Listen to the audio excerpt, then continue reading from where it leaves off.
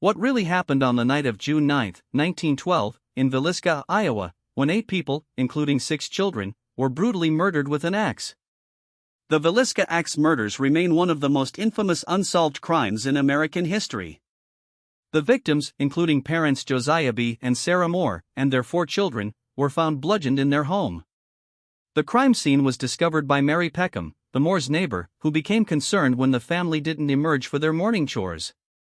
The Moore family had spent the evening of June 9, 1912, attending the Presbyterian Church, where they participated in the Children's Day program, which Sarah had coordinated. The program ended at 9:30 p.m., and the family, along with their guests, Ina May and Lena Stillinger, walked back to the Moore residence, arriving between 9:45 and 10 p.m.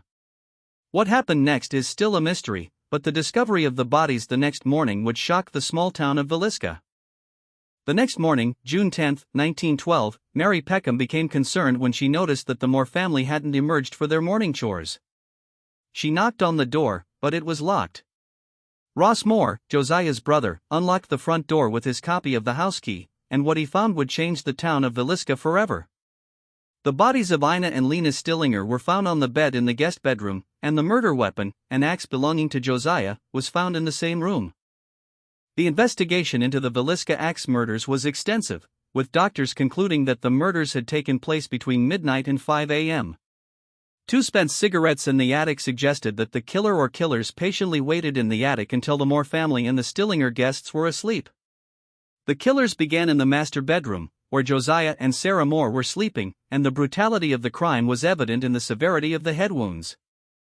The killers only used the blade of the axe on Josiah, while using the blunt end on the rest of the victims.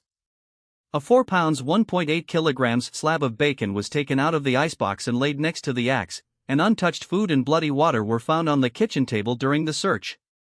Every mirror in the house was covered with blankets, clothing, or any means of covering, and garments were removed from the dressers to cover the mirrors.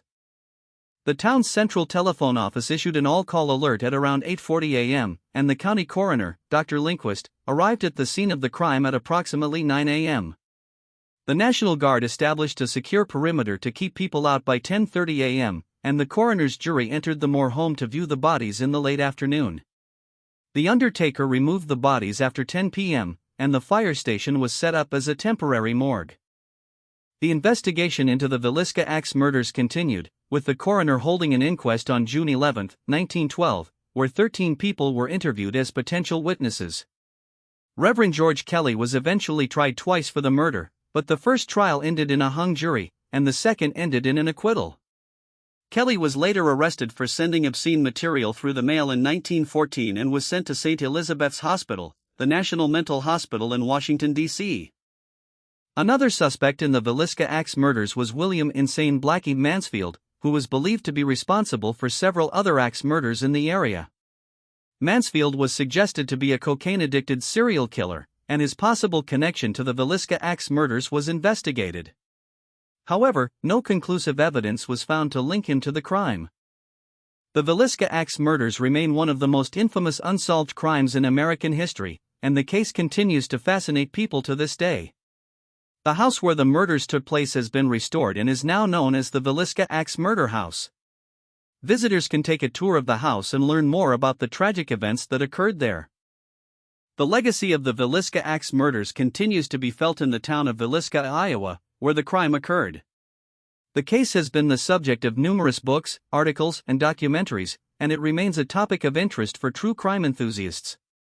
The Villisca axe murders serve as a reminder of the brutality and senselessness of violent crime and the importance of seeking justice for victims and their families.